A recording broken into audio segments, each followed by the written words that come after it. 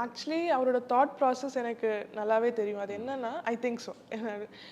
அவரு வந்து ஒரு 20 இயர்ஸ் அஹெடா யோசிச்சு அவர் போட்ட ஒரு பாட்டும் இப்போதைக்கு யோசிக்காம எப்படி நான் ஒரு 10 இயர்ஸ் கழிச்சு இது எப்படி எடுக்கும் அந்த மாதிரி யோசிப்பாரு. அவர் பேக்கே போக மாட்டாரு. அவர் ஒன்ஸ் அந்த எராக்கு போட்டாருன்னா திருப்பி அந்த எரா பத்தி யோசிக்கவே மாட்டார். அவர் என்ன யோசிப்பாரு, இனிமே ஃபியூச்சர்ல அந்த 30 வருஷம் கழிச்சு கேட்டா இது அவங்க அந்த மாதிரி யோசிச்சு தான் அவர் ஒரு பாட்டும் பண்ணுவார். ஸோ இப்போ யாருக்காவது அது பிடிக்கலனா கூட அது பிடிக்குதோ இல்லை அவங்களுக்கு என்ன கம்பேக் அப்படின்னு சொல்றதை விட கொஞ்சம் வருஷம் போக போக அவங்களுக்கு அப்புறமா அது புரியும் அப்படின்னு எனக்கு ஒரு ஃபீல் ஆகுது. எனக்கு எப்பவுமே அந்த அவர் பண்ற சாங்ல ஒரு ஒரு ஹோப் இருக்கும். அது என்ன சாங்கா இருந்தாலும் ஒரு மேஜிக்கா இருக்கும். ஒரு மேஜிக் கண்டிப்பா இருக்கும். அந்த மேஜிக் எப்போ ஓபன் ஆகுறது தான் தெரியாது. நிறைய சாங்ஸ் அவர் முன்னாடி அப்ரிஷியேட் பண்ணி இப்போ திருப்பி அது ஹிட் ஆகும், இப்போ ரீல்ஸ்ல ட்ரெண்ட் ஆகும். ஸோ கொஞ்சம் டைம் எடுத்துக்கிட்டாலும் கண்டிப்பா ரகுமான் சார் ஒரு பாட்டு போட்டாருன்னா அது ஹிட் தான். கண்டிப்பா எனக்கு அப்படிதான்.